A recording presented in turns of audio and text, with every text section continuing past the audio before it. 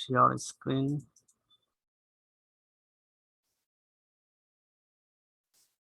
Screen দেখতে পাচ্ছি সবাই? জি ভাই পাচ্ছি। আচ্ছা দেখি একটা ওয়েবক্যাম লাগাইলাম, এখন এটার ভিডিও কি দেখা যায়? আমার দেখা যায় না। জি ভাই মাশাআল্লাহ ভাই, আপনাকে দেখা যায়। ভাই চালান, ভাই চালান, আচ্ছা আচ্ছা চালান। আচ্ছা আচ্ছা, এগুলো এটা আবার দেখা গেল নিজেদের তো আবার দেখা যায় না। আমার স্লাইড কি পুরোটা দেখা যায়? আমার কাছে আবার অসুবিধা লাগতেছে এটা করতে। জি ভাই দেখা ভাই, আপনার সমস্যা হলে দরকার নেই ভাই, অফ করে দেন। না আমার এই যে একটা স্ক্রিনে একটা অংশ জুড়ে থাকতেছে, এটা আবার মিনিমাইজ বা হ্যাঁ, কিভাবে এটা করে? সবারই ভাই, সবারই যাক থাকতেছে, ভাই, কিন্তু আপনার পুরাই প্রফেশনালি ভাই আপনি ক্লাস নিচ্ছেন দেখলাম। আচ্ছা এখন বন্ধ করে দেখ, ক্লাস করে দেখো হয় কিনা। আচ্ছা একটু পাশে রাখলেও তো হয় ভাই। ওই ডেস্কটপ লাগিয়েছে, পরে আবার শিখে নেব। আচ্ছা এখন হলো আজকে আমাদের অন পেজ এসে পার্ট 1, এটা দুইটা পার্ট, একটা পার্টে শেষ হবে না, দুইটা পার্ট করা দরকার। একটা হলো আগে বিষয়বস্তু বোঝা, আর আগামী সেকেন্ড পার্টে হলো প্র্যাকটিক্যালি এই কাজগুলো করা।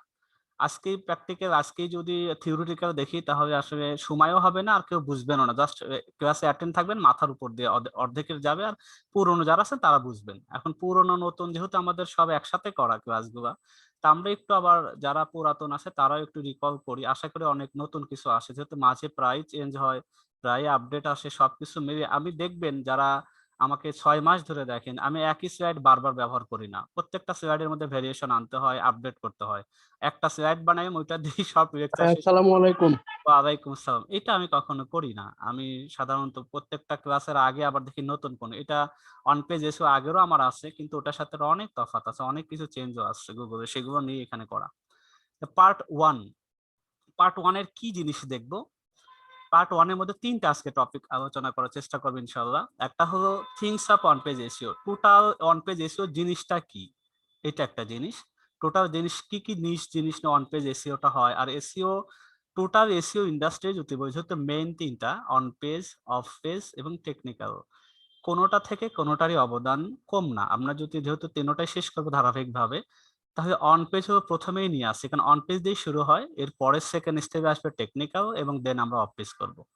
তা আমরা অন পেজের জিনিসগুলো থিংস সমষ্টি, যা কি কি সমষ্টিগতভাবে অন পেজ গুলো করতে হয়, এটা আজকে দেখবো বা শিখবো বা জানার চেষ্টা করব। দ্বিতীয়ত হলো advance on page SEO tips, এটা হলো অ্যাডভান্স অন পেজের কিছু টিপস আছে, সামগ্রিকভাবে টিপস গুলো যদি একটা সাইটের মধ্যে ফলো করা হয় বা এই বিশেষ দিকগুলো যদি ফলো করা হয়, তাহলে খুব অতি দ্রুতই র্যাঙ্কের ক্ষেত্রে সুবিধা হয় এবং সব দিক থেকে গুগলের কাছে টপ লেভেলে আসা যায়। নাম্বার 3 হলো অন পেজ এসইও টুলস, এই অন পেজ টোটাল কাজ করতে গেলে কি কি টুলস এর প্রয়োজন হয়, ফ্রি অথবা পেইড, এগুলো আমরা আজকে দেখবো, কারণ টুলস এরও ব্যাপার জানতে হবে এখানে। দ্য থিংস অফ অন পেজের আমরা এখন ভিতরে ঢুকি, তিনটাকে আমরা একটু সামারি করব। প্রথমে যদি আসি things of on page SEO, এই প্রত্যেকটা জিনিস আবার 4টা মেইন থিংস আছে, টোটাল 4টা জিনিস নিয়ে অন পেজ এসইও হয়। প্রথম পার্টে এসইও বেসিক কি কি থাকে বা এসইও কি জিনিসটা, এগুলো আমরা বেসিকের মধ্যে শিখবো বা জানবো। ক্রিয়েট কন্টেন্ট, যেহেতু কন্টেন্ট নিয়ে অন পেজটা হয়, তাই কন্টেন্টের ব্যাপারটা কি, এটা আসলে অন পেজের ক্ষেত্রে কন্টেন্ট আবার কি ধরনের হয়, কন্টেন্ট তো লিখবো, সেটা আবার অপটিমাইজ কিভাবে করতে হয়।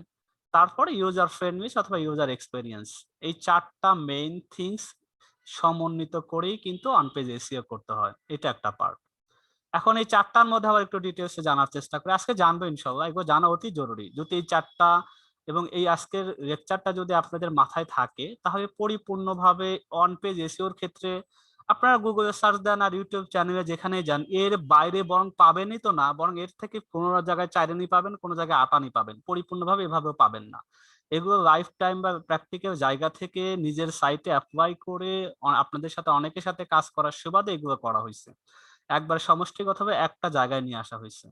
তো এগুলো আপনারা একটু বোঝার আজকে চেষ্টা করেন, শোনার চেষ্টা, জানার চেষ্টা করেন, কালকে আগামী ক্লাসে প্র্যাকটিক্যাল আবার এগুলো করবো একটা কন্টেন্টের মধ্যে, সাইটের মধ্যে। এবং পরের ক্লাসে আপনাদেরকে একটা ক্লাস করাবো এই অন পেজের এই কাজগুলো, আপনাদের মধ্য থেকে 1-2জন করবেন একটা ক্লাসের মধ্যে, পরের ক্লাসে আবার টেকনিক্যালে চলে যাবে, এভাবে এসইও পার্টটা প্র্যাকটিক্যাল উইথ লাইভ ক্লাস, মানে টিউটোরিয়াল ইয়ার যেটা থিওরিটিক্যাল একসাথে এইভাবে সিরিয়াল করতে হবে। এখন বেসিক আবার আসি, বেসিকে 2টা পার্ট, বেসিক্যালি একটা ওয়ান পেজ এসইও জিনিসটা কি এটা একটা জানা, আর দ্বিতীয় হলো why is important on page SEO, কেন এটা গুরুত্বপূর্ণ পুরো এসইও সেক্টরের মধ্যে অন পেজের ক্ষেত্রে এটা গুরুত্বপূর্ণ কেন। তো what is on page SEO আমি পড়ে যাচ্ছি, আপনি পরে আমি আবার অনুবাদও করে দিচ্ছি। অন পেজ এসইও কে সাইট এসইও কিন্তু বলা হয়। এক কথায় অনেকে যারা ফাইবার নিয়ে কাজ করবেন বা কোনো মার্কেট প্লেস, এটাকে সাইট এসইও হিসেবে ডাকা হয়। তো কি নামে ডাকে আমি তো এটা সবসময় চেষ্টা করি মার্কেট প্লেসে যে ধরনের নাম থাকে সবই জানানো, অন পেজ অথবা সাইট এসইও। এটা কি বলতেছে, refer to any optimisation that you control and inputs on your websites with on page optimisation. You aim to make your website more usable and valuable to users to improve your ranking or visibility in search results on Google, Bing, and other search engines and on organic traffic as well. এক কথায় যদি মোদ্দা কথা যেটাকে বলা হয় on page হবে সেই জিনিসটা, সোজা কথা যে জিনিসটার দ্বারা কি করতে হবে আমাকে দুইটা জিনিস, আমি যদি এত ডিটেলসেও না যাই, আমি আমার ওয়েবসাইট এবং আমার ওয়েব পেজ প্রত্যেকটা পেজ গুলো থাকবে এইগুলোকে আমি এমন ভাবে অপটিমাইজ করব, নাম্বার ওয়ান, যতগুলো দুনিয়াতে সার্চ ইঞ্জিন আছে সবগুলো আমাদের দরকার হয় না, আমাদের গুগল, আমাদের বিং, আরো বাইদু মাইদু অনেক কিছু আছে, আমরা ধরেই নিলাম গুগল এবং বিং অথবা ইয়াহু যদি থাকে, এইসব সার্চ ইঞ্জিনে আমার ওয়েব পেজটাকে প্রথম পেজে নিয়ে আসা, ওইসব সার্চ ইঞ্জিনের জন্য ইউজেবল করা, তারা খুব সহজেই যেন আমার ওয়েব পেজটাকে খুঁজে পায়, এইটার জন্য কাজ করা। সেকেন্ডলি হলো এর মাধ্যম দিয়ে আমাদের অর্গানিক আর্ন ট্রাফিক যতগুলো আছে, আমাদের দিন শেষের লক্ষ্য হলো এই পেজের মধ্যে ট্রাফিক নিয়ে আসা। কিসের মাধ্যমে? এইসব সার্চ ইঞ্জিনের মাধ্যমে আমরা অর্গানিক ট্রাফিক গুলো গ্যাদার করবো। আমরা এগুলোকে আমরা কিভাবে আনতে সহজ জিনিসটা হয়, এই টোটাল জিনিসটা হলো অন পেজ এসইও, পুরো কাজটাই অন পেজ এসইও। তো অন পেজ এসইও কাকে বলে? যে পদ্ধতির দ্বারা, যে মাধ্যম দ্বারা আমরা আমাদের সার্চ ইঞ্জিনকে বুঝাইতে সক্ষমতা অর্জন করবো যে আমাদের সাইট আছে, এই জিনিসগুলো দিয়ে আমরা সাইট তৈরি করছি, এই কন্টেন্ট আমরা আপলোড দিয়েছি, তোমরা এসে দেখো এবং এটা ইউজার যারা ট্রাফিক আসে তোমরা তাদের কাছে পৌঁছায় দাও। এই টোটাল জিনিসটা বোঝানোর এটাই হলো অন পেজ এসইও। এটা ইম্পর্টেন্ট কেন, এটা কিভাবে কি, আর একটু যদি এটা ইমেজের মধ্যে নিয়ে আসা হয়েছে, অন পেজ এসইও পিকচারে দেখতে কেমন হবে, আসলে এটা তো থিওরিটিক্যাল, পিকচার একটা চিত্রটা একটু বড় করে দেখেন।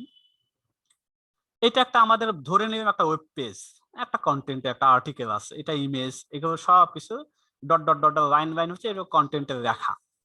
এখন বাম পাশ থেকে শুরু করি।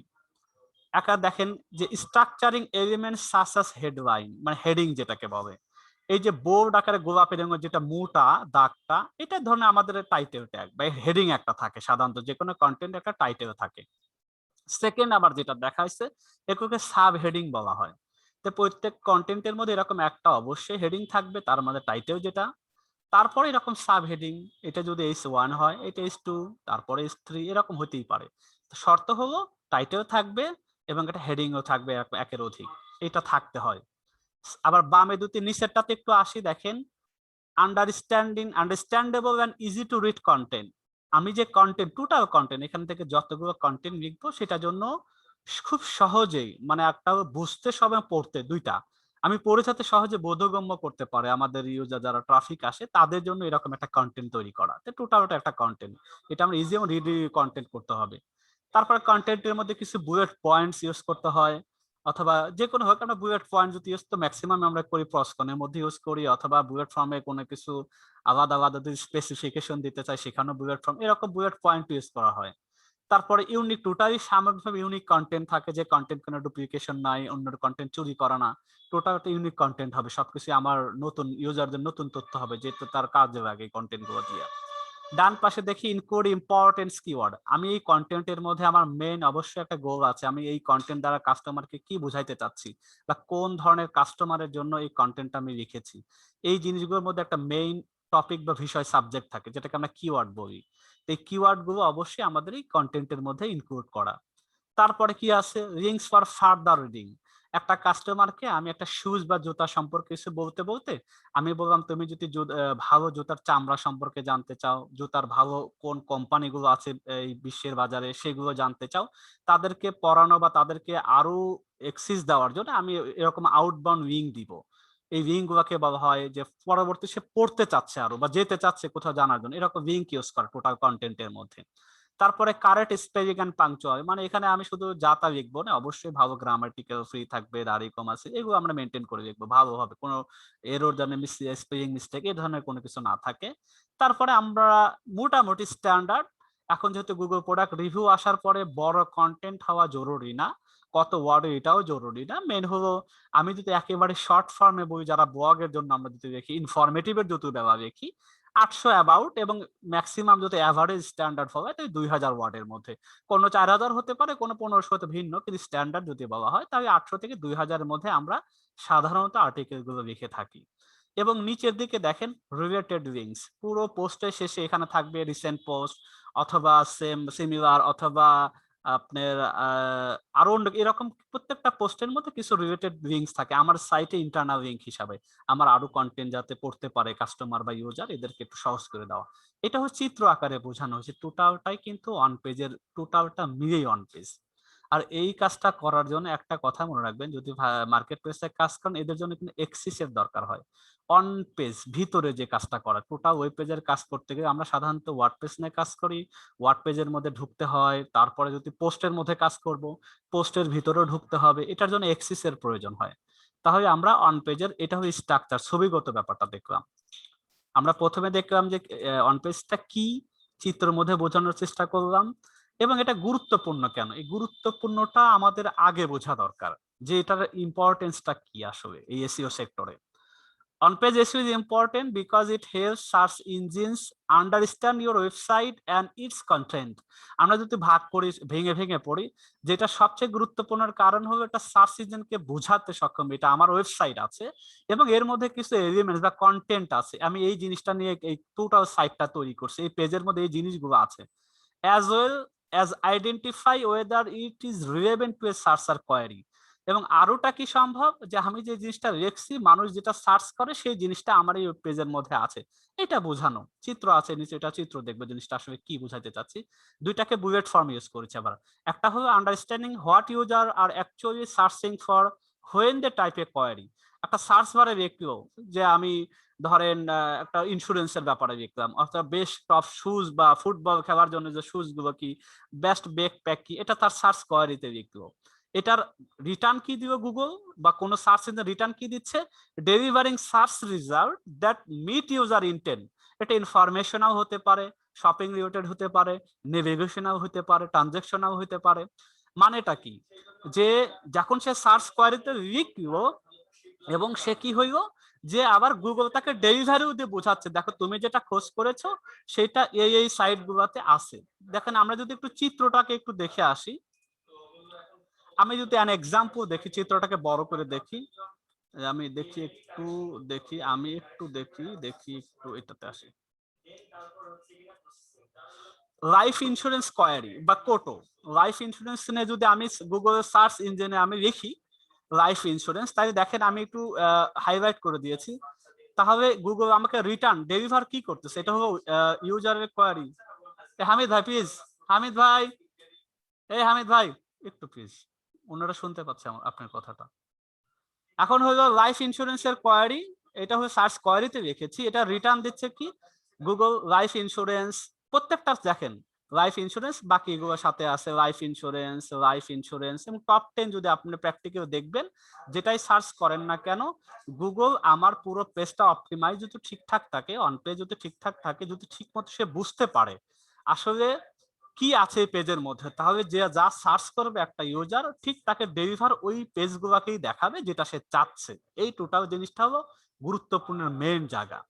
এবং এই যে একটা স্ক্রিনশট আছে, এটা গুগলেরই নিজস্ব তাদের কথাবার্তা, তারা অন পেজের মধ্যে আসে কি জিনিসটা বোঝায়, তারা কি চাচ্ছে, এখানে তাদের কথাই পড়ে শোনাই। The most basic signal that information is relevant is when a web page contains the same keyword as your search query. আমি এমন একটা কন্টেন্ট লিখেছি যেটার মধ্যে সার্চ কোয়ারির সাথে রিলেটেড আছে, সেম সিমিলারিটি আছে, লিখেছি ইন্স্যুরেন্সের কোটো, এবং ওই যে পেজগুলো আছে সিমিলার জিনিসগুলোই কথাবার্তা পাওয়া যাচ্ছে। এবং if those keyword appear on this page, যদি ওই পেজগুলো থাকে, ওই কন্টেন্টগুলো থাকে, if they appear in the heading or body of the text, এটা কিন্তু গুগলের কথা এগুলা, যেহেতু হেডলাইনের মধ্যেও পাওয়া যেতে পারে, সাব হেডিংও পেতে পারে, বডির মধ্যেও থাকতে পারে, সব কিছু মিলে যদি রিলেভেন্ট থাকে তখন গুগল এই পেজগুলোকে র্যাঙ্কিং এ দেখায়, প্রথম টপ 10 এর দিকে দেখায়। এই হলো টোটাল অন পেজের ইম্পর্টেন্স। আমরা যদি পরের স্লাইডে একটু দেখি ইম্পর্টেন্ট, এটা পার্ট 1। আবার এটা যদি আরেকটু গুরুত্ব দিয়ে বোঝানোর জন্য যদি বলি, আমরা এটার মধ্যে যদি আসি, এটা হলো এইটা, সেম এইটা, first, second, third, fourth, fifth, আমি এই জিনিসটাকেই ইম্পর্টেন্সকে আমি আবার 5টা পয়েন্টে ভাগ করছি। এগুলো কেন এত ডিটেলস আপনাদের জন্য কষ্ট করে সাজানো হয়েছে বোঝানোর জন্য। অন পেজটা খুবই ইম্পর্টেন্ট একটা সাইটকে র্যাঙ্কিং এ নিয়ে আসার জন্য।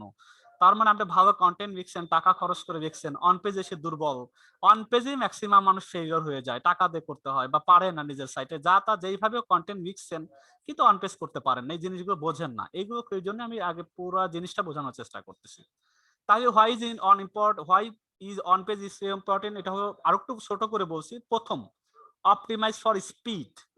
তাহলে আমার অপটিমাইজ ফর স্পিড বলতে টোটাল যে সাইটটা আমরা তৈরি করব, যে আমাদের ওয়েব পেজগুলো হবে, সেটা হলো আমার টোটাল জিনিসটা আমি স্পিড বাড়ানোর জন্য যা যা করা এটা করব। কিন্তু আমার প্রথমে এটা ফার্স্টে আমি এটা রাখছি যে ইম্পর্টেন্ট অন পেজের মধ্যেই কিন্তু স্পিডের ব্যাপারটা থাকে, তো তখন এটা একটা বড় প্রথম, এটা আমার একটা ইস্যু। সেকেন্ড দেখেন, optimise your page with perfect keyword density. একটা 1000 ওয়ার্ডের মধ্যে আমার মেন যে কথাবার্তা বলতে চাচ্ছি, যেমন শুজ অথবা ব্যাকপ্যাক নিয়ে, সেইটা কতবার আমি এটাকে আসলে অপটিমাইজ করেছি, কতবার একই কথা বারবার বলার চেষ্টা করছি। এটাকে গুগল যেভাবে অপটিমাইজ করতে বলে, যেভাবে রিকমেন্ড করে সেভাবে আমরা অপটিমাইজ করবো, এটা সেকেন্ড থিং। থার্ড হলো start publishing content that solves your কাস্টমারস pain. আসলে আমার কন্টেন্টটা যেন এমন হয় যে কারণে আমি অন পেজ মেসের মধ্যে এই কন্টেন্টটাকে এভাবে অপটিমাইজ করব যাতে কাস্টমার যেটা ব্রাউজ করে, যদি সে যেভাবেই করুক না কেন, সেইটা যেন কাস্টমার যে নিডটা থাকে, সেই নিডটা যেন ফুলফিল করতে পারি আমার এই অন পেজের দ্বারা বা এই কন্টেন্ট অপটিমাইজের দ্বারা। ফোর্থ হলো যে automate your content writing system. On page এসইওর দ্বারা আরেকটা যে মেইন হইলো যে অটোমেটেড কন্টেন্ট, আমাদের রাইটিং যে প্রসিডিওরটা আছে, সিস্টেম, যে কোনো একটা সিস্টেম একজন রেখে দিল, এইটাকে আমরা অন পেজের মাধ্যম দিয়ে অটোমেট করতে পারি। অটোমেটিক্যালি গুগল সার্চ ইঞ্জিন আমার পেজে আসবে, ক্রল করবে, ইউজারের চাহিদা অনুযায়ী আমার এটা অটোমেট করে তাদেরকে টপ র্যাঙ্কিং এ নিয়ে আসবে। এই পুরো প্রসিডিওর মধ্যে এটা একটা মেইন থিংস। এগুলো হয়তো অনেকে বুঝতেছে না, প্র্যাকটিক্যালি আমরা এগুলো যখন দেখবো বুঝবো। ফিফথ হলো যে make sure Google can easy crawl on your website. এবং পঞ্চম হলো গুগল যাতে সহজে বুঝতে পারে। অন পেজের এই হলো আরেকটাও বিশেষ কিছু কারণ, এই অন পেজের মধ্যে প্রত্যেকটা পার্ট গুলো কভার করতে হয়, প্রত্যেকটা পার্ট এসে যায়, অটোমেটিক্যালি এসে যায়। তা আমরা একটু দেখি, এটা তো চিত্র আকারে দেখলাম, এটা ইম্পর্টেন্ট, গুরুত্বর দিকে বুঝাইলাম। এখন আমাদের আবার একটু যদি মেইন ইয়েতে যাই, একটা হলো থিংস অফ এসইও। থিংস এর মধ্যে আমরা বলেছি চারটা জিনিস, এসইও বেসিকের মধ্যে দুইটা শিখলাম, what is on page SEO এবং এটার গুরুত্বটা কি। এখন ক্রিয়েট কন্টেন্ট আর একটা পার্ট, এখন কন্টেন্ট নিয়ে একটু কথাবার্তা বলি, যেহেতু এটাও অন পেজের একটা পার্ট। তাই কন্টেন্ট এস এর মধ্যে যদি আমরা যাই, শুধুমাত্র কন্টেন্ট, আমার কন্টেন্টটা কেমন হওয়া উচিত, কন্টেন্ট কি ধরনের হবে, এটা রাইটারের কাজ, এটা আমাদের কাজ না, কিন্তু যারা নিজেরা লেখেন তাদের একটু জানার জন্য। অথবা যদি লিখে নিয়ে আসেন তাহলে আপনি দেখে নেবেন এগুলো ঠিক আছে কিনা। এটাও অন পেজের একটা মানে এটাকে আবশ্যকীয় একটা পার্ট, যে টোটাল কন্টেন্ট জিনিসটা কি কি কভার করতে হয়। এটা কাদের কথা? গুগল ওয়েবমাস্টারের গাইডলাইন, অন্য কোনো সাইটের কথাবার্তা না। গুগল ওয়েবমাস্টার তো নিজেই গাইডলাইন দিয়েছে কন্টেন্টের ব্যাপারে, কি ধরনের কন্টেন্ট সে চায় র‍্যাঙ্কিং এর ক্ষেত্রে। তাই আমরা এইটাই একটু পড়বো। Google webmaster guideline give guidance on what content should be like, তারা কি কি পছন্দ করে। এটাও আছে মোটামুটি 6টা বুলেটে। নাম্বার 1, আমি কিছু কিছু ইম্পর্টেন্ট কথাগুলো বোর্ড দিয়েছি আপনাদের বোঝার জন্য, যাতে বাসায় একটু স্টাডি করেন, পড়েন এগুলা। Create a useful information rich site and write pages that clearly and accurately describe your content. তুমি এমন কিছু করো বা এমন কিছু ইনফরমেশন ব্যবহার করো বা তথ্য সমান করো, যেটার মধ্যে আসলে ভালোভাবে যে তথ্যগুলো দিবে অ্যাকুরেটলি হয়, এবং কিভাবে বর্ণনা, পরিপূর্ণভাবে বর্ণনা। আমি একটা কথা বলতে চাচ্ছি যে top 10 best tech for students, top 10 laptop for আপনার গেমার, মানে যারা গেম খেলে তাদের জন্য। এখন এটা আমার কিওয়ার্ড হইতে পারে, সেই কিওয়ার্ডের মধ্যে অ্যাকুরেট ইনফরমেশন আমাকে কি দিতে হবে। আসলেই বাজারে তো অনেক ল্যাপটপ আছে, আমার অ্যাকুরেট ইনফরমেশন দিতে গেলে শুধুমাত্র গেমিং ল্যাপটপ কোনটা ভালো সেইগুলাকে আমি টপ আমার কন্টেন্টের মধ্যে আমি লেখার চেষ্টা করব। ওই ওই সব ল্যাপটপের যথাযথ ইনফরমেশন দেওয়ার চেষ্টা করব, যাতে পরিপূর্ণভাবে একটা মানুষ এসে তার কোয়ারির সাথে ভালো কিছু তথ্য পায়। এই ধরনের ইনফরমেশনাল এবং অ্যাকুরেট কন্টেন্ট দেওয়ার ট্রাই করবো, কন্টেন্ট লেখানোর চেষ্টা করবো অথবা নিজে লিখবো। নাম্বার 2, থিঙ্ক অ্যাবাউট দি ওয়ার্ডস। দেখেন বোল্ড করার কারণ হয় আমাকে সব সময় শব্দের ভিতরে বা আমার কন্টেন্টের যে আর্টিকেলের প্যারাগুলো থাকবে, আমার ওই সব শব্দের ব্যাপারে এতটুকু তো চেতনা শক্তি, চিন্তা শক্তি থাকা দরকার, যে আমার এই জিনিসটা কিন্তু ইউজারের জন্য, কেউ না কেউ জিনিসটা পড়তে আসবে।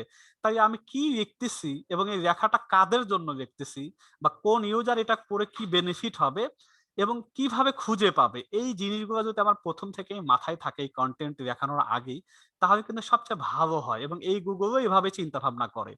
তো এখন আরো একটু পড়ে নেই যে, and make sure that your site actually includes those word within it.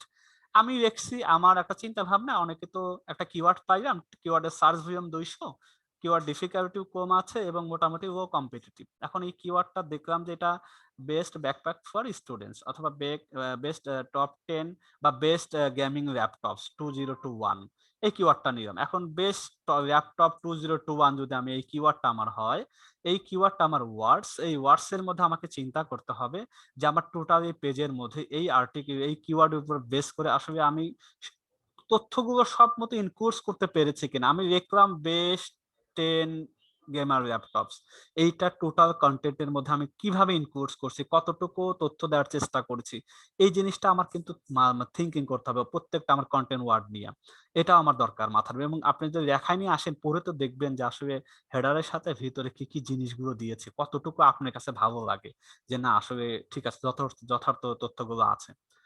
Number 3, to help Google fully understand your site's contents, allow all site assets that would significantly affect pages that দেখেন rendering to be crawled. আপনি এখন Google পুরো content লেখা শেষ, ভালোভাবে আপনি লিখতে পারছেন, যে ওয়ার্ডকে নিয়ে টার্গেট করছেন সেটা তো কন্টেন্ট আছে। এখন গুগলকে বোঝানোর ব্যাপার, গুগলকে পরিপূর্ণভাবে আপনার কন্টেন্ট তো বুঝাইতে হবে, যে আপনাকে গুগল সাহায্য, গুগলকে পুরোপুরি হেল্প করতে হবে যে আমার এই টপিকের উপর কন্টেন্টটা আছে।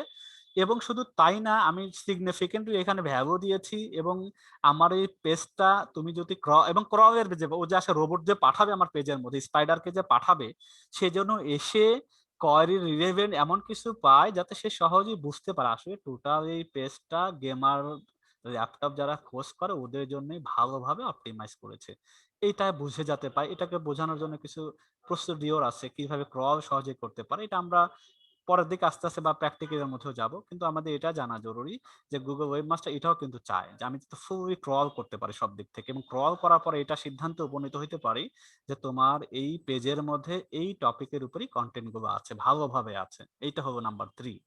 Number 4, make pages primary for users not for search engine. খুবই ইম্পর্টেন্ট কথা, গুগল নিজেই বলে দিয়েছে।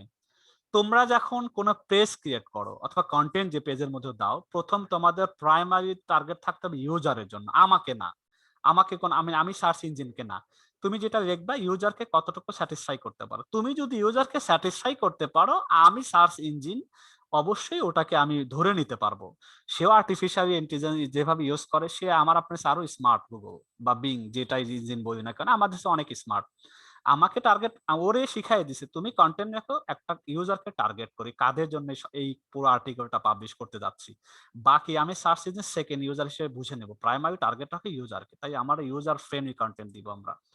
তারপরে কিছু ডন্ট ডিসাইভ ইউর ইউজার্স। ডিসাইভ হলো যে ডিসিভ যদি আপনি করেন, প্রতারণা না করা। একটা কাস্টমারকে তথ্য বলছেন টাইটেল একটা, ভিতরে আসলে ওই রকম তেমন কিছুই নাই, কিছুক্ষণ পরে এসে বিরক্তি জায়গায় চলে গেল, উনির সাথে প্রতারণার কোনো আশ্রয় নিব না। মানে কথা কাজে আমি বা কন্টেন্টের টাইটেলের মধ্যে যেটা বলতে চেয়েছি, যে আমি বলে দিলাম ব্র্যাকেটের মধ্যে বেস্ট বাজেট, অথবা বলে দিলাম টপ টপ র্যাঙ্কিং বা টপ রেটেড, অথবা আপনার এরকম কিছু উইদিন ব্র্যাকেটে আমরা আই ক্যাচে কিছু শব্দ দিয়ে দেয়, এইটার সাথে কন্টেন্টের ভিতরের জন্য তথ্যগুলোর মতো এরকম কিছু পায়। আদারওয়াইজ যদি এরকম সাথে দেখো টাইটেল একরকম ভিতরে কিছু হাবি যাবি, এরকম কাস্টমারকে সময় নষ্ট না করা, প্রতারণা ছলনা না করা, এটা কখনোই করবো না কন্টেন্টের ভিতরে।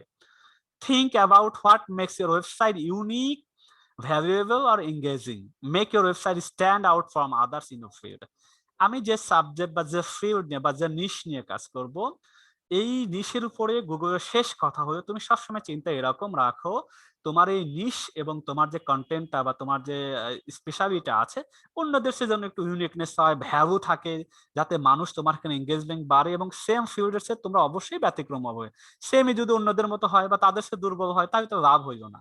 আলটিমেটলি অন্যদের চাইতে তোমার একই সেম ফিল্ডে যারা আছে তাদের সাথে অবশ্যই ইউনিক হবা, ভেরিয়েবল করতে হবে, এবং এঙ্গেজিংটা বাড়াইবা। কিভাবে বাড়াইবে এটা তো তাদের গাইডলাইন এটা দিয়ে দিব, আর আমরা এটা আরো জানবো এখন কিভাবে এঙ্গেজিং বাড়াইতে হয়, কি কি করতে হয়, যার কারণে আমরা সবার থেকে আলাদা হতে পারি। এইটা হলো কন্টেন্টের ভিতরে শুধুমাত্র কন্টেন্টের কথাবার্তা। এটা সেকেন্ড অপশন আছে, দেখেন আমরা যদি কন্টেন্ট অপটিমাইজ, কন্টেন্ট লেখা শেষ, কন্টেন্ট আমাকে রাইটার 3000 ওয়ার্ড দিয়ে দিয়েছে, ডেলিভারি দিয়েছে, অথবা আমি নিজেই রচনা করে রেখেছি যেভাবেই পারি, টুলস দিয়ে রেখে আর নিজেই বানায় রেখে যেভাবে পারছি। এখন তো এটাকে অপটিমাইজ করতে হবে। তাহলে আগে লেখা শিখলাম, এবার অপটিমাইজ করব কিভাবে। অপটিমাইজের মধ্যে আবার 2 পাতা আছে। অপটিমাইজের মধ্যে এই জিনিসগুলো আমি শুধু একবার করে পড়ে যাচ্ছি, প্র্যাকটিক্যাল ক্লাসে কাল এই শীটটা নিয়ে আবার কালকে পরে ক্লাসে আমরা একটা কন্টেন্টে কাজ করব। Number 1, include main keyword in your URL. এখন শুধু পড়ে যাচ্ছি, অনেকে পুরনটা বুঝবেন, নতুন করে শুধু শুনে যান। আমার যদি একটা টাইটেল হয়, আমরা যদি একটু শুধু একটা সাইড যদি থাকে, আমি একটা সাইড এখন রেখি, ধরেন অনেস্ট, আচ্ছা এটা আমি এইটাই লিখলাম একটা, এখন যেহেতু এটা বের হইলো। এই সাইটটা অনেকে চেনেন মনে হয়, এটা হলো আপনাদের চিনবা নাকি, খালিদ ফারহানের এই সাইটটা নিয়ে একটা রিভিউ করছিল। $14,000 এই সাইটটা বিক্রি করে দিছে আরো 2 বছর আগে। আচ্ছা, এই সাইটের একটা কন্টেন্ট দেখি, এটা বিক্রি, অলরেডি বিক্রি, লোগো টোগো চেঞ্জ করে নিছে। এটা একটা কন্টেন্ট, আমি যদি top 10 best golf push card, এটা তার টোটাল কন্টেন্ট। আমি এইটার উপর যদি একটু এই পুরো জিনিসটা কন্টেন্টটা বোঝাই, include main keyword in your URL. আমার এখন মেইন কিওয়ার্ড হলো গল্ফ পুশ কার্ডস।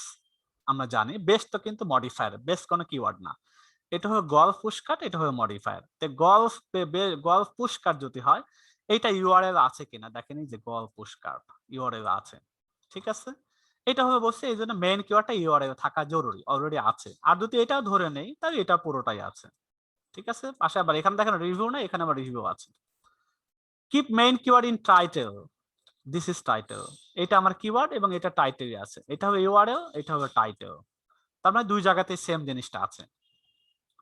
এরপরে কি আছে, এমবেড টাইটেল ট্যাগ মডিফায়ার, এবং যেটাকে বলা হয় বেস্ট মডিফায়ার গুলো টাইটেলের মধ্যে মেইন কিওয়ার্ডের মধ্যে আনা দরকার। এটা তো আমরা টাইটেল গল্ফ পুরস্কার, তাই না? এখন এটার মধ্যে মডিফায়ার ইউজ করা, বেস্ট হতে পারে, গাইড হতে পারে, চেক লিস্ট হতে পারে, রিভিউ হতে পারে, অনেক কিছু আছে দেখা আছে।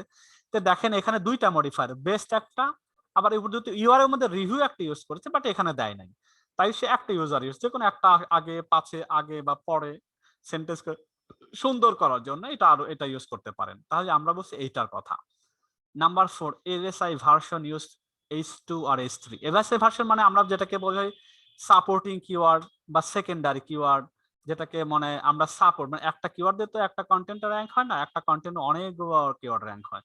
আমরা আমাদের কন্টেন্ট এত টাকাতে দেখছি, তো ওই কন্টেন্টের মধ্যে আরো 50-100টা যাতে কিওয়ার্ড অটোমেটিক্যালি র্যাঙ্ক পায়, এই জন্য আমরা বিভিন্ন আরো সাপোর্টিং কিওয়ার্ড গুলো ব্যবহার করি। তো এইগুলো আমরা H2 এবং H3 তে ইউজ করবো। তো এরা দেখে কি করছে, বেস্ট গল্ফ পুশ কার্ড, এটা ধরলাম প্রাইমারি কিওয়ার্ড। সেকেন্ডারি কি কি আছে একটু যদি সাব হেডিং গুলো দেখি, এটা হলো, এটা মডেল বিগ বয় এগুলো না, না আমাদের কিন্তু গল্ফ পুশ কার্ড মাথায় রাখবেন, এগুলো প্রোডাক্ট নিয়ে আসছে golf push cart comparison table 2000 golf push cart buyer guides, this is একটা হবে সাপোর্টিং কিওয়ার্ড, যেটা হলো গাইড তো আমরা দিই সাধারণত কন্টেন্টের মধ্যে। তো golf push cart buyer guide এটাও একটা কিন্তু কিওয়ার্ড। তারপরে এগুলো প্রোডাক্টের নাম, কোন কোন ক্ষেত্রে দেখবেন এই মডেলটাই র্যাঙ্ক চলে আসছে, কারণ এই মডেল দিয়ে অনেকে সার্চ করে গুগলে 200 জন। এটা যদি এরকম জনপ্রিয়, এরকম অনেক প্রোডাক্টের শুধুমাত্র এই নামের উপরেই সার্চ হয়, এটাও আলটিমেটলি হতে পারে, কিন্তু এটা কিন্তু সাপোর্টিং কিওয়ার্ড না। আমরা সাপোর্টিং কিওয়ার্ড চেষ্টা করি প্রসকন, এগুলো সব প্রোডাক্টের নাম এগুলো বাদ আমরা আর কিছু আছে কিনা, 5, 6, 7, 8, 9, 8টা, 9টা, 10টা, আরো কিছু আছে। আচ্ছা, what to look for in a push card, push card কিন্তু আছে, এখানে ছিল গল্ফ পুশ কার্ড নাই, কিন্তু এখানে সে look for in a push card, এটা একটা সেকেন্ডারি কিওয়ার্ড, এটা একটা ইনফরমেটিভ কিওয়ার্ড হতে পারতো, কিন্তু সেটার মধ্যে দিছে, আমরা এফিগুলো পারবো হতে পারেন। এটা দিয়ে একটা হইছে, দি হুইল দরকার নেই, যে পুশ কার্ডের মধ্যে কি কি দেখতে হয় কিনার আগে, এটাকে হেডিং, এটা একটা কিওয়ার্ড, এটার মধ্যে এগুলো আবার সাব হিসাবে আছে, এগুলো কোনো কিওয়ার্ড না। আপনার আর কি আছে, আর কি আছে হাউ ম্যানি, হুইলার, পপুলারিটি, এগুলো না, হ্যান্ডেল এন্ড ইউজার কমফোর্ট না, স্টোরেজ না, কনসোল না। এই যে benefit of investing golf push card আর একটা কিওয়ার্ড, এগুলো কিন্তু H2 অথবা H3 এর মধ্যে ইউজ করছে, benefit of investing in a golf push card. আমরা প্রাইমারি পেলাম best golf push card, secondary পেলাম পুশ কার্ড বায়ার গাইড, আরেকটা পেলাম, আরেকটা পেলাম হচ্ছে গিয়ে কি কি জিনিস দেখতে হয়, আরেকটা পেলাম what to look for in a push card, আরেকটা পেলাম যে আমাদের কি কি জিনিস এখানে benefit of investing all push card, আরো কি আছে, এগুলো কিছু না। ফ্রিকোয়েন্টলি এফএকিউ তো থাকে, এফএকিউ এর মধ্যে প্রত্যেকটা এক একটা কিওয়ার্ড হতে পারে, প্রত্যেকটাই কিওয়ার্ড হতে পারে, লং টেল কিওয়ার্ড একে বলা। তার মানে মোটামুটি আমরা বোঝার চেষ্টা করলাম যে আমাদের এরকম কন্টেন্টের মধ্যে এলএসআই ভার্সন যেগুলো ইউজ করব বা সাব হেডিং যেগুলো ইউজ করব সেগুলোর মধ্যেও আমাদের কি দরকার, কিওয়ার্ড রিলেটেড যেন কিছু শব্দ থাকে। Number 4, use short URL. এটা হলো ওয়েবসাইটের নাম এরকম থাকবে, বেস্ট কফি মেকার অথবা বেস্ট পুরস্কার যেটা দিয়ে আছে যে শর্টকাট। এটা যদি আমি হাবি যাবি অনেক লম্বা করি, আমার অনেক সময় টাইটেল কিন্তু অনেক বড় হয়ে যায়, টাইটেলটা হুবহু এখানে অটোমেটিক্যালি কিন্তু ওয়েবসাইটের যখন পোস্ট করেন অটোমেটিক্যালি পারমানেন্ট নিয়ে নেয়, কিন্তু আপনি এডিট করে শর্ট ইউআরএল ইউজ করবেন, যে কতটুকু বোধগম্য হয় সেটা ইউজ করার চেষ্টা করবেন, বড় আকারে না, এটা সেটা। ফ্রন্ট ওয়ার্ডের main keyword in your title tag, যেটা মেইন কিওয়ার্ড এটা যেন টাইটেলের প্রথম দিকে থাকে, শেষের দিকে না। আমরা এই সাইটের মধ্যে যদি আমরা একটু হোমে যাই, আমরা এটা দেখলাম যে বেস্ট গল্ফ পুরস্কার। এখন আমি কি করলাম, এই বেস্ট গল্ফ পুরস্কার আমি আরো কিছু হয়তো লাগাইতে পারতাম, একটা দিয়ে সেপারেটর ইউজ করবো, একটা হাইফেন দিয়ে, যে অ্যান আলটিমেট গাইড, আমরা এটা দিয়ে বেস্ট বেস্ট গল্ফ পুরস্কার, অথবা দিতে পারতাম বেস্ট 10, যেহেতু 10টা প্রোডাক্ট না রিক্স আমরা দেখলাম, টপ 10 বা বেস্ট 10 গল্ফ পুরস্কার রিভিউ, আবার হাইফেন দিলাম অ্যান আলটিমেট গাইড, এরকমই দিতে পারতাম। এরকম যদি একটা বড় সড়ো হইতো তাহলে আমার মেন কথা গল্প পুরস্কার যদি কিওয়ার্ড এটা যেন প্রথমেই থাকে, প্রথম দিকে থাকে। আরো হাবি যাবে তুমি সেপারেটর ইউজ করে যাই দাও না কেন প্রথমে, সেপারেটর পরে যদি যা কিওয়ার্ড থাকে লাভ হবে না, দিস ইজ ইট। আর যদি শর্ট টাইটেল থাকে তাহলে কথা নাই, তো শর্ট হিসাবে থাকলো, তখন প্রথমেই থাকবে অটোমেটিক্যালি। এটা ফ্রন্ট ওয়ার্ড। তারপরে বলা হয়েছে যে ইউজ মেইন, আমরা একটু এখানে আসি, use main keyword in meta name বা মেটা টাইটেল বা মেটা ডেসক্রিপশন। এটা কি আমরা জানি, একটা যখন আমরা গুগলে সার্চ করি, আমরা এইটাকে যদি আমরা একটু দেখি এই পেজটার অবস্থাটা কি, আমরা যদি একটু গুগলে সার্চ করে দেখি এই সাইটটা আদৌ আসে কিনা র্যাঙ্কিং এ, এটা আমি দেখি সার্চ দিয়ে দেখি ও টপ 10 এ আছে কিনা। দেখেন সে আরো ওদের চেয়ে ভালো ওই সাইটটা এখনো আসে নাই, না এখানে টপ 10 এ নাই, অথবা টপ 20 তে থাকতে পারে, অথবা কত র্যাঙ্ক আমরা জানি না ঠিক। কিন্তু এইটা আমার মূল কথা, এইটা আমার কিওয়ার্ডস, এটা করার পরে দেখেন মেটা ডেসক্রিপশন দিছি, এইগুলো মেটা, এইগুলো মেটা, এইগুলোতে মেটা, এইগুলো মেটা, মানে যত এটা তো ইউআরএল, এটা টাইটেল এবং এটা মেটা। এই মেটার মধ্যে আমার মেইন কিওয়ার্ডটাই দেখেন, মেটার মধ্যে কিওয়ার্ড দিয়ে আছে, মেটার মধ্যে কিওয়ার্ড দেওয়া আছে, মেটার মধ্যে কিওয়ার্ড দেওয়া আছে, সবার মেটার মধ্যে কম বেশি কিওয়ার্ডটা দেওয়া আছে, কম বেশি সবারই ম্যাক্সিমাম দেখবেন মেটার মধ্যে কিওয়ার্ড দেওয়া আছে। এটা হলে তো মেইন কিওয়ার্ডটা আমরা মেটার নাম্বার ইউজ করব। তারপরে কি হচ্ছে, use main keyword in first paragraph, first and second line. First paragraph হতে হবে, ফার্স্ট প্যারাগ্রাফ তো থাকবেই, সেই প্যারাগ্রাফের প্রথমে অথবা সেকেন্ড লাইনে ব্যবহার করব। আচ্ছা আমরা এটাই দেখি, তাহলে দেখেন এটা তার প্রথম প্যারাগ্রাফ, শুরুর লাইনেই রেখে দিয়েছে বেস্ট গল্প পুরস্কার এবং বোল্ড করে দিয়েছে। এবং শুনুন এই ধরনের এটা আমার প্রথম প্যারাগ্রাফ, এটা তো আরেকটা আবার পার্ট হয়ে গেল, তো এখানে লিখছে। তাই এইরকম প্রথমে যদি এখানে না হয় আমরা এখানেও থাকতে পারতো, কিন্তু এটা থার্ড লাইন হয়ে যেত, আমরা এখানে রেখে দিতে পারতাম অথবা এখানে দিতে পারতাম, এতটুকু জন্য নেওয়ার হয়। কারণ গুগল রোবটে সে কিন্তু স্টেপ বাই স্টেপ পড়তে থাকে, গুগল ক্রল যখন করে যত সে ইউজেবল হবে, যত সে বুঝতে পারবে আসলে জিনিসটা কি নিয়ে দেখছে, ইউআরএল থেকে পরে বুঝে নেয় এটা বেস্ট গল্প পুরস্কার, টাইটেলও দেখে সেম জিনিসটা, প্যারাগ্রাফের মধ্যে আসলে দেখে, যেহেতু রোবট তো ওয়ার্ড বাই ওয়ার্ড পড়ে, পড়তে পড়তে এভাবে আসে, এভাবে পড়তে পড়তে যায়, তখন দেখে পুশকাট পুশকাট ও আছে এখানে পুশকাট, তারপর এখানে পুশকাট নিয়ে কিছু কথাবার্তা, এখানে পুশকাটের উপর আরো সাব হেডিং, এখানে পুশকাটের একটা ভিডিও আর এখানে এটা এখানে টপ 10 পুশ, তার পুরোটাই পুশকাট। তো পুশকাট বা যারা বেস্ট পুশকাট রাখে বা রিভিউ যারা রাখে, গুগল বুঝে না এটা মানে তাদের জন্য ভালো, সে আস্তে আস্তে এভাবে র্যাঙ্কে নিয়ে আসে। তা আমরা সেটা খেয়াল রাখবো, আমরা ফার্স্ট প্যারাগ্রাফে প্রথম অর্থ সেকেন্ড লাইনে রাখার চেষ্টা করব।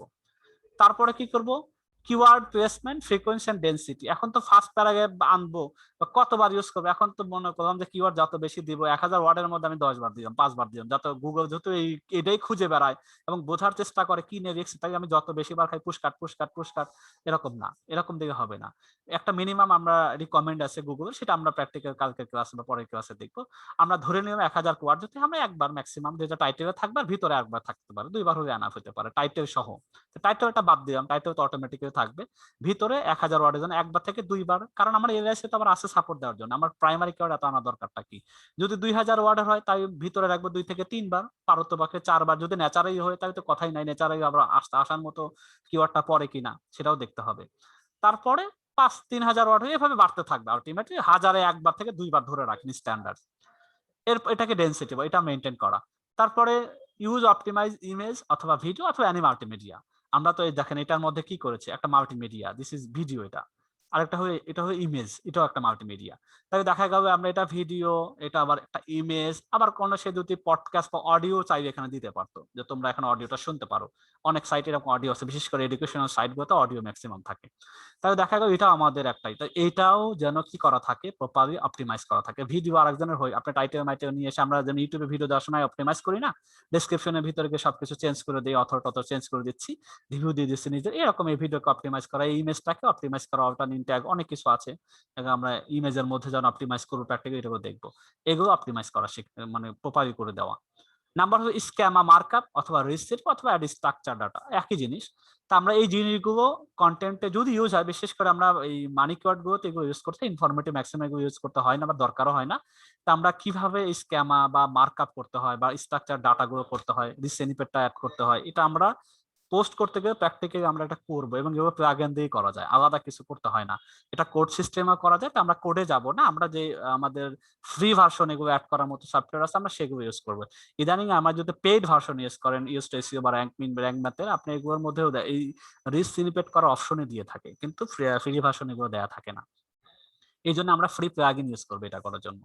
এরপর আছে ইউজ এক্সটার্নাল অথবা আউটবাউন্ড লিঙ্ক। আমরা আমার পুরো কন্টেন্টের মধ্যে নিজের সাইট থেকে আরেকটা কন্টেন্টে আমি নিয়ে যাব, অথবা এক সাইট থেকে ইউজারকে আরো এই রিলেটেড তথ্য দেওয়ার জন্য অন্য একটা সাইটে নিয়ে যাব। এই এক্সটার্নাল এবং আউটবাউন্ড অথবা ইন্টার্ন দুইটা আলাদা। এক্সটার্নাল অথবা আউটবাউন্ড বলা হয় এবং ইন্টারনাল বা ইনবাউন্ড বলা হয়। তো ইন্টারনাল লিঙ্ক ইউজ করব, এক্সটার্নাল লিঙ্কও আমরা ইউজ করব। এই সাইটের মধ্যে যদি আমরা দেখি, এগুলোতে অ্যামাজন আছে, এটা নট প্রোডাক্ট কেনার জন্য, এটা কোন ইন্টারনাল এক্সটার্নাল মধ্যে বাদ দিলাম। এটা আমি যদি বলি এই সাইটের মধ্যে দেখি এর নিজের কোনো সাইটে নিয়ে যাওয়ার জন্য আরো কোনো কিছু আছে কিনা, প্রথম থেকে একটু দেখি এই কন্টেন্ট থেকে তার ইন্টারনাল লিঙ্ক কোনটা করেছে, একটু দেখি। এটা অলরেডি তো এগুলো গুগল, এটা অলরেডি ইউটিউবে চলে যাবে, এটা আউটবাউন্ড যেটাকে বলা হয়। এগুলো অ্যামাজনে চলে যাবে আউটবাউন্ড, এগুলো এগুলো আমার তেমন বেনিফিট নাই, এগুলো দরকার হবে না, কাস্টমার কিনবে ঠিক আছে, কিন্তু আমি আমার এমনি এটা কি honest golfer, that is an honest golfer promise, এটা তার কিন্তু হোম পেজে নিয়ে যাবে, বেসিক্যালি আমি জানি হোম পেজে যাবে আলটিমেটলি, যে অনেস্ট গলফার চলে গেছে হোম পেজে গিয়েছে। আচ্ছা, তারপরে আমরা একটু দেখি, কোনো কারণ ছিল না, এমনি একটা কথা প্রমিস করেছে, যেহেতু একটা আর্টিকেল লিখছে, এটার ব্যাপারে সে কতটা কনভিন্স করতে পারবে, এই জন্য দেখেন এই ব্যাপারে সে লিখতে সৎসাহস বলছে যে আমি এটা রিভিউ করছি এই কারণে। আচ্ছা, এবং আমাদের কমিটমেন্ট কি হোম পেজের মধ্যে তাদের কমিটমেন্ট অ্যাবাউট আছে, বলা আছে। দেখি আর কি ইন্টারনাল লিঙ্ক একটা করছে এনাফ, তারপরে দেখি আর কোনো ইন্টারনাল লিঙ্ক অথবা আরো আছে কিনা একটু দেখি, জাস্ট এটা আমরা একটু নিচের দিকে তাড়াহুড়া করে যাই। আমরা একটু আসি মেবি, আরো আছে কিনা, না নাই নাই, একটা দুইটা আর কোনো করে নাই, সে একটাই করেছে। আচ্ছা, তাহলে আমরা আউটবাউন্ড তো অনেকগুলাই দেখলাম, ইউটিউবে আউটবাউন্ড চলে যাচ্ছে, অ্যামাজনও আউটবাউন্ড, এগুলো তো থাকবে, অটোমেটিক্যালি বসাইতেই হয়। ইন্টারনালও চিন্তা করা যে আমার রিলেটেড যেটা এক পেজ থেকে আরেক পেজ দেওয়ার মতো হয়, সে কথা প্রসঙ্গে প্রমিস করছে এবং প্রমিসটা তার হোম পেজের মধ্যে অ্যাবাউট আছে বলা আছে, যার কারণে সে তাকে পাঠাচ্ছে, এরকম রিলেভেন্স থাকতে হবে। তাহলে এই হলো আমরা কন্টেন্ট আমরা হাতে পাওয়ার পরে আমরা কন্টেন্টের মধ্যে এইগুলো মাথায় নিয়ে কন্টেন্ট লিখেছি, এবং দেন যখন হাতে পাবো, যখন আমি ওয়ার্ডপ্রেসে পোস্ট করতে যাব, ভিতরে ভিতরে পোস্ট করার পরের কিন্তু এই কাজগুলো করতে হবে, প্রত্যেকটা পোস্টকে ধরে ধরে প্রত্যেকটা কাজ আমাকে সম্পাদন করতে হবে। তাহলে আমার গুগলকে ক্রল করার কথা যে কমিটমেন্ট করলাম, যে মেক শিওর করো গুগল ইজিলি ক্রল করতে পারে তোমার ওয়েবসাইটটাকে, ক্রল করার জন্য এই কাজগুলো করে দিতে হবে। তাহলে গুগল সহজে আন্ডারস্ট্যান্ডিং করবে যে আসলে জিনিসটা কিসের উপর দাঁড়িয়ে আছে, পুরো পেজটা বা পুরো ওয়েবসাইটটা, এটা টোটাল অপটিমাইজ। এরপরে আরেকটা পার্ট আছে কি, ইউজার ফ্রেন্ডলিনেস অথবা ইউজার এক্সপেরিয়েন্স, এটা খুবই ইম্পর্টেন্ট অন পেজের বেলায়। এটার মধ্যে আবার দেখেন বুলেট পয়েন্টে কয়টা জিনিস আছে, আমরা call to action button use করব, সোশ্যাল শেয়ার বাটন ইউজ করব, আমাদের লোডিং স্পিড, এটা ধরো কাস্টমার এসে যদি মোবাইল থেকে ভিউ করে অথবা ল্যাপটপ থেকে করুক, এসে ঘুরতে এসে চোরকে চাকার মতো। এখন অনেক সময় তাদের যে ইউজার তার যদি নেট স্পিড কম হয় তাহলে তো ভিন্ন কথা, কিন্তু ম্যাক্সিমাম তো আমাদের পেজের লোডিং হওয়ার সময় স্পিড যদি বাজে হয় তাহলে তো তার দোষ না। আর ইউরোপের বাজারে ইন্টারনেট আমাদের মতো না, এই খুবই স্লো গতি, তাদের একটা মিনিমাম যদি ব্যান্ডউইথ নাও থাকে তারা আমরা যেটা নরমাল যদি 5 এমবি 6 এমবি স্বাভাবিক এরকম তারা একবারে খুব বাজেভাবে ইউজ করে এটা পায় এবং তাদের যে 4G 5G পর্যন্ত তারা ইউজ করতেছে এখন, তাই আমরা ওরা অনেক আগায় আছে, তাদের দিক থেকে ইন্টারনেটের প্রবলেম হয় না। আমাদের ওয়েবসাইটটাকে স্পিড যাতে ঠিক মতো অপটিমাইজ করা থাকে, যাতে ওয়ার্ডিং স্পিডটা খুব ইজিলি করা যায়, এটা আমরা টেকনিক্যালের মধ্যে সমাধান করব। অন পেজের মধ্যে আমরা এটা দেখব কিভাবে করতে হয়, কি কি টুলস ইউজ করা যায়, প্লাগইন ফ্রি অথবা পেইডও আছে, যেটা আমরা ভালো মনে হয় সেটা আমরা করব। তাহলে আমাদের এই অপটিমাইজ ওয়ার্ডিংটাও কিন্তু ইউজারের সুবিধার্থে এটা আমাকে মাথায় রাখতে হবে। মোবাইল রেসপন্সিভ আছে কিনা, আমার সাইটটা চেক করার তো অনেক টুলস আছে, আমরা তো বলছি টুলস আমরা আছে, সামনে টুলস আসতেছে, যে টুলস দিয়ে চেক করব। ফাইনাল একটা সাইট বা একটা ওয়েব পেজ, একটা পোস্ট পাবলিশ করার আগে অনেকগুলো জিনিস আমরা চেক টেক করে কনফার্ম হবে যে না আমার প্রপারলি 100% অপটিমাইজ করা হয়েছে আমার এই পুরো কন্টেন্টটাকে বা পুরো পেজটাকে, এটা আমরা কনফার্ম করি, তারপর আমরা পাবলিশ করব। তারপর অ্যাড কমেন্ট সেকশন, প্রত্যেকটা সেকশনে কমেন্ট সেকশন থাকা চাই, খুবই গুরুত্বপূর্ণ। ওটা অনেকে এসে কমেন্টস করতে পারে, দেখি এদের কমেন্ট সেকশন আছে কিনা, এটা দেখি কমেন্টস এরা কমেন্টস হয়তো রাখে নাই, ম্যাক্সিমাম কমেন্ট সেকশন রাখবেন যদি চাই, রাখে নাই, হয়তো এই পোস্টে না আরেক পোস্টে থাকতে পারে, নিচে একটা কমেন্টস বক্স থাকে, এটা আমরা ইউজ করব, সুবিধা দিব, যদি কোনো কিছু জানতে চায় তাহলে অন্তত একটা ইউজার এসে এঙ্গেজমেন্ট বাড়বে আমার সাইটের মধ্যে, সে কিছু লিখতে গেলে কিছু সময় থাকবে, এটা আমাদের জন্য সেশন দিতে থাকে, ভয় পেজ সেশন কত সময় সে ছিল এটা বাড়াই দিব অটোমেটিক্যালি, এটা আমাদের অন পেজ একটা part. Finally free grammar error, এটা ইউজার দিক তাকালে এটা করতেই হবে, এমন কন্টেন্ট দিব না গ্রামারে ঠিক ঠিকানা নাই, রিডেবিলিটি কঠিন ভাষা, হ্যাঁ আমরা সেভাবে আমরা পুরো ইউজারকে সুবিধা দেওয়ার জন্য আমরা সেভাবে কন্টেন্টটা, গ্রামারি আমরা মিস্টেক যাতে না হয়, স্পেলিং মিস্টেক যাতে না হয়, গ্রামারি কারেক্ট থাকে এবং রিডেবিলিটি ঠিকঠাক মতো থাকে, এটা চর্চা চেকটাকে আমরা করবো। এগুলো আমাদের ইউজার ফ্রেন্ডলি বা এক্সপিরিয়েন্সের মধ্যে মাথায় রাখতে হবে।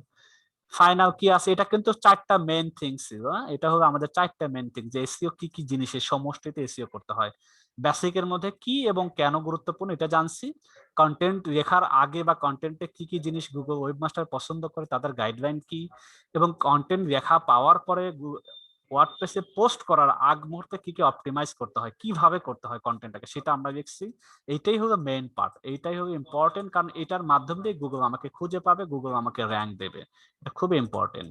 এবং লাস্টে কি ইউজার ফ্রেন্ডলি চিন্তা করা, সব ইউজার যদি ঠিক মতো সে একটু ওয়ার্ডটা ঠিক মতো না পায়, গ্রামারে ভুল পায়, এবং মোটামুটি দেখতেছে যে না এটা তো আমাদের নানান কাছে যে গুগলের যে মোবাইলে ঠিক মতো আসে না, ভেঙে চুরে একাকার হয়ে যাচ্ছে, এই জিনিসগুলো মাথায় রাখা, তবে এটা আমাদের একটা ইম্পর্টেন্ট পার্ট এই 4টা থিং এর মধ্যে। তবে এইটাই হলো মূল, এটার মধ্যে দিয়ে আসলে অটোমেটিক্যালি গুগল যদি নাই খুঁজে পায়, বাকি সব ওয়ার্ড টোড সব ঠিক হইলো, তো এইটাকে মাথায় রেখে বাকিগুলো আমরা সবকিছু কমপ্লিট করবো, সবকিছু মিলেই 100% হবে।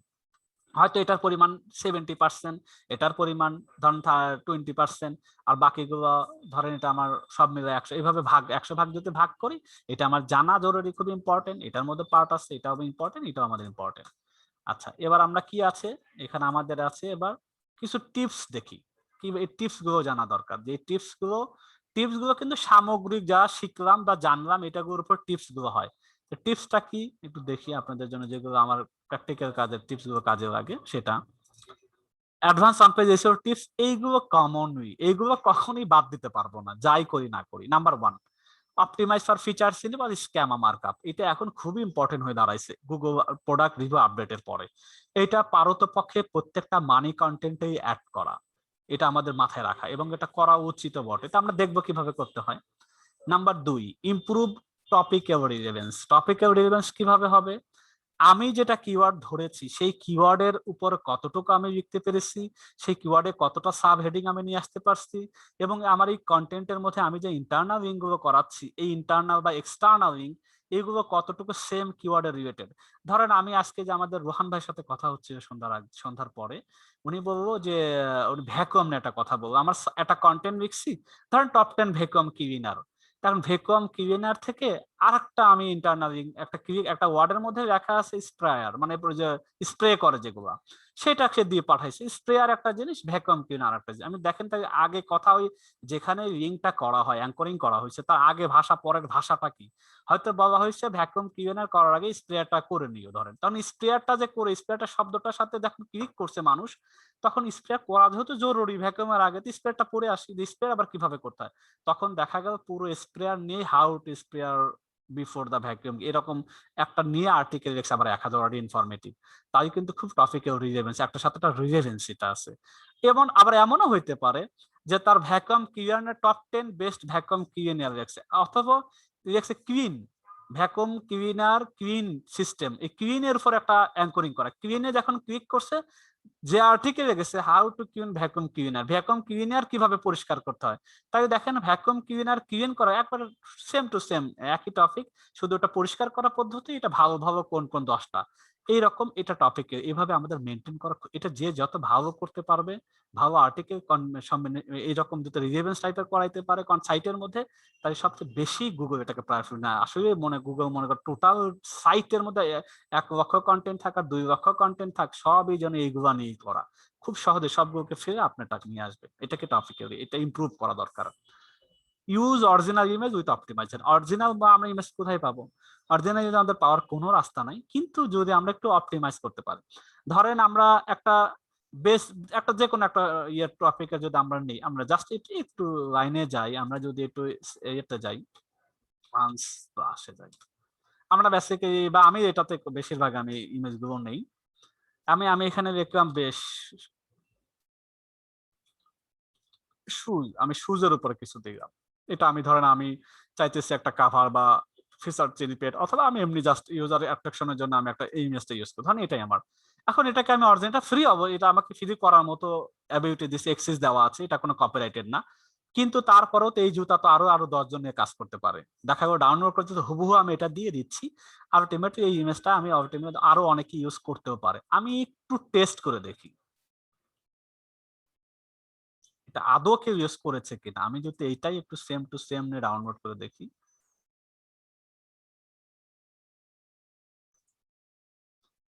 এটাকে আমি কাট করে আমি এখানে পেস্ট করি। এবার আমি এটা একটু চেক করি যে আসলে এই জিনিসটা আমি নিয়ে আমি হুবহু আর কোনো কিছু অপটিমাইজ না করি, আমি এটাই যদি ফ্রি ইমেজ দেখে মনে করেন যে আমি এটা দিয়ে দেই, আমার আর দরকার নেই কোনো কিছু করা। হ্যাঁ, তাই আমি ধরেন আমরা যদি ইমেজ যদি আসি, এটা হলো ইমেজ এক্সাক্টলি হবে অ্যান্সার। ইমেজের মধ্যে এই যে বাটনটা আছে, এখান থেকে আপলোড করে একটু দেখি, আমি যেটা ডেস্কটপে রাখছি জুতাটার ছবিটা, আমি একটু দেখি এটা এই জুতা আমি ধর আমি ইউজ করেছি একবার আমার ইয়ের মধ্যে, ফিচার চিনিপ্যাটের মধ্যে অথবা কোন একটা কন্টেন্টের মাঝে কাস্টমারের জন্য সুবিধার জন্য দিছি জুতার ছবিটা। দেখে এই জুতা এইটা একটা আছে না আরো আছে, আমি যদি এটার উপর ক্লিক করি, এটা যদি দেখেন অনেক জায়গায়, এটা একটা সাইট, এটা একটা সাইট, এটা একটা সাইট, এটা প্রত্যেকটা কিন্তু আলাদা আলাদা ইউজ, দেখছেন কতবার এই জুতাটা ইউজ করেছে, অসংখ্যবার বিভিন্ন সাইটে তারা ইউজ করে, যেহেতু ফ্রি সোর্স, যে যার মতো ইউজ করেছে। কিন্তু এই জুতাটাকে ডাউনলোড করে যদি আমি একটু সাইজে ছোট বড় করতাম, একটু রেখে দিতে পারতাম, যে এই এই জুতার একটা যে কোনো একটা কথা, 2টা কথা রেখে দিতে পারতাম, তাহলে এই জিনিসটা আমার ইউনিক হয়ে যেত, এইটাই আমার অরিজিনাল হয়ে যাচ্ছে, আমার কাছে আছে, এইটা আর কিন্তু গুগল ধরতে পারে না। এটা আমরা শিখবো অবশ্য অপটিমাইজ কিভাবে করতে হয়।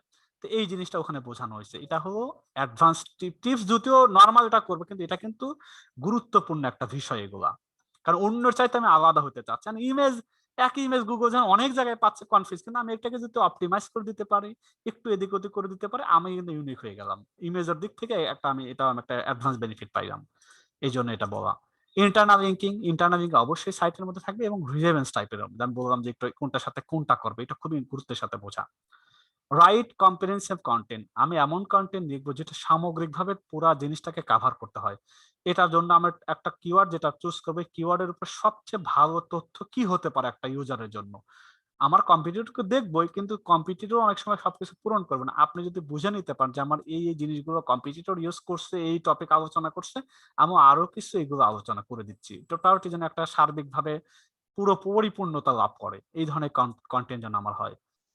পেজ স্পিডের ব্যাপারে খেয়াল রাখা দরকার, কারণ এটা সবকিছু করলাম, এটা অতটা গুরুত্ব দিলাম না, তাহলে কিন্তু টোটালের মধ্যে এটা একটা হ্যাম্পার হতে পারে।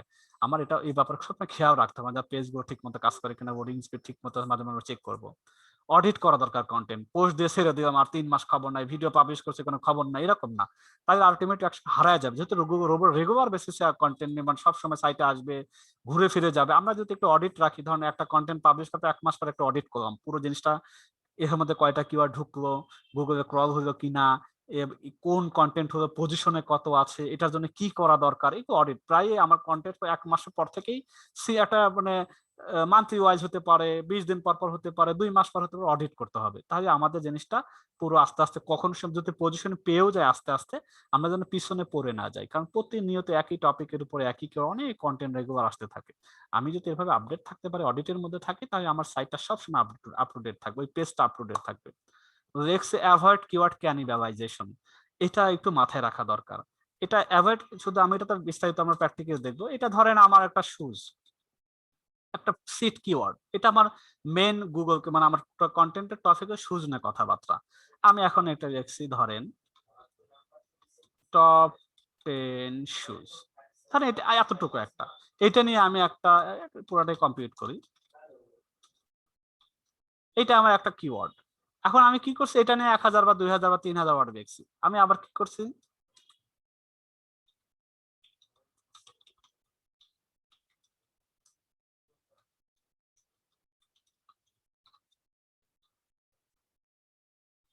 এরকম ধর আরো কিছু শুজ আছে, অনেকগুলো স্পোর্টস আছে, দৌড়ানোর জন্য হতে পারে। আমি 10 শুজের মধ্যে রিভিউ করতে গিয়ে আমি আবার টেনিস শুজ নিয়ে আইছি, ফুটবল শুজ নিয়ে আইছি। দেখতে মনে হইতেছে আমার আলাদা আলাদা সাবজেক্ট, কিন্তু গুগল যখন এই সাইটের মধ্যে আসে, ধরেন আমার আমাকে কনফার্ম করতে হবে যে পোস্টটা আমি লিখেছি সেই পোস্টের মধ্যেই আমার টেনিস আর ফুটবলকে নিয়ে আসা যায় কিনা, এইগুলো কাভার করা যায় কিনা, প্যারাগ্রাফের মধ্যে হতে পারে, কোন একটা সাব হেডিং এর মধ্যে যদি নিয়ে আসা যায়, তাহলে ওই কন্টেন্টটার ব্যাপারে ধরেন আবার যদি টেনিস ও শুজ, আমার এক পুরো ওয়েবসাইটের মধ্যে 5টা কন্টেন্ট আছে শুজের উপরে, top 10 shoes, tennis shoes, football shoes.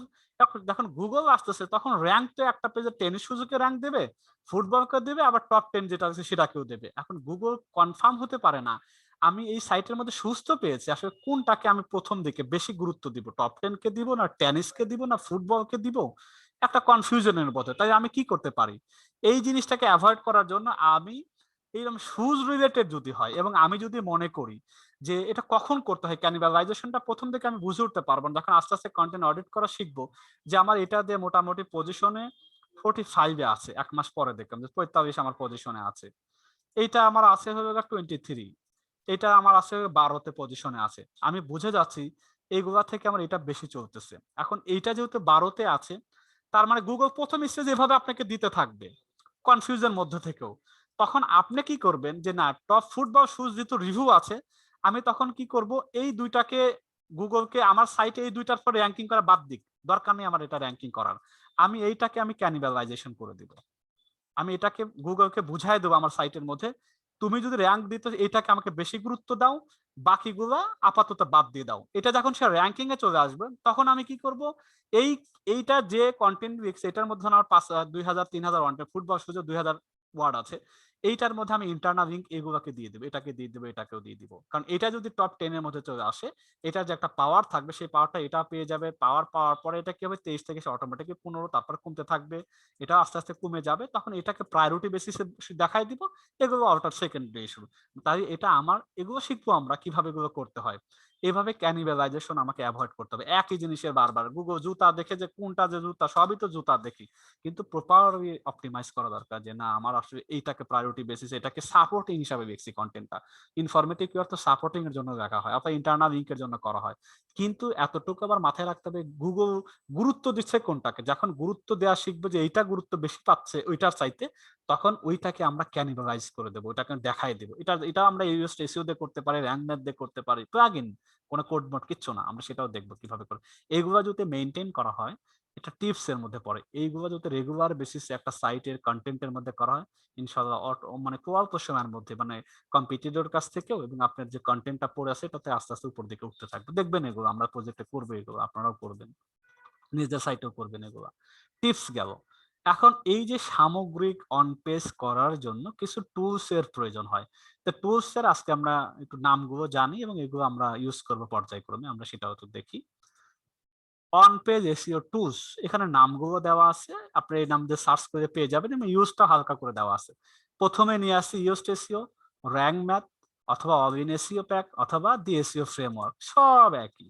এখন পপুলারিটি যদি বলতে চান তাহলে প্রথম পপুলারিটি ইউজড এসইও আছে, ম্যাক্সিমাম ইউজার এখন এটা ইউজ করে, কারণ ফ্রিতেই যা দেয় আলহামদুলিল্লাহ তাতে চলে যায়।